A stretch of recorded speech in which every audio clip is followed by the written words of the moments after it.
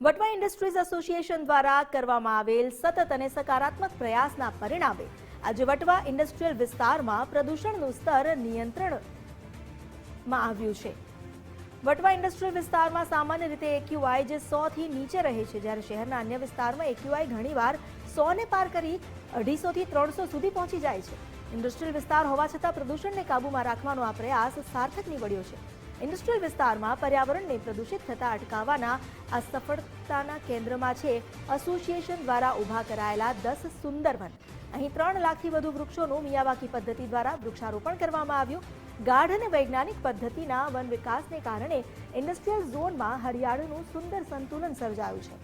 વટવા વિસ્તારમાં એક્યુઆઈ લગભગ 75 જેટલો આજે નોંધાયો, જે ઇન્ડસ્ટ્રીયલ એરિયા માટે તો ખૂબ જ મહત્વની અને ગૌરવની વાત કહી શકાય।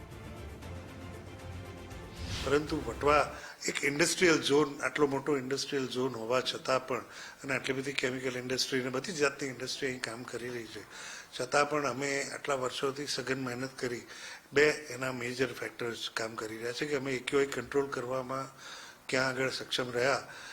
એક તો છે કે અમારું અને જીપીસીબીનું સ્ટ્રિંજન્ટ એર મોનિટરિંગ, ઉદ્યોગો પણ હવે સમજી ગયા છે કે આપણે એર મોનિટરિંગ એર પોલ્યુશન ન થાય એના માટે શહેરની વચ્ચે છીએ, એટલે એ પ્રમાણેનું જ આપણે પ્રોડક્શન લેવું જોઈએ।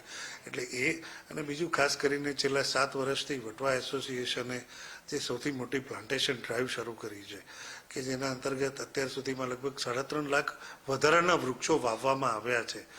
આ વૃક્ષોના લીધે પણ વટવાનું પોલ્યુશન ઘણું ઘટ્યું છે। આજે અમે વટવામાં 10 સુવર્ણવન ઊભા કર્યા છે, 3.5 લાખ વૃક્ષો વાવ્યા છે, જે અત્યારે 20-20 ફૂટ ઉપરના થઈ ગયા છે।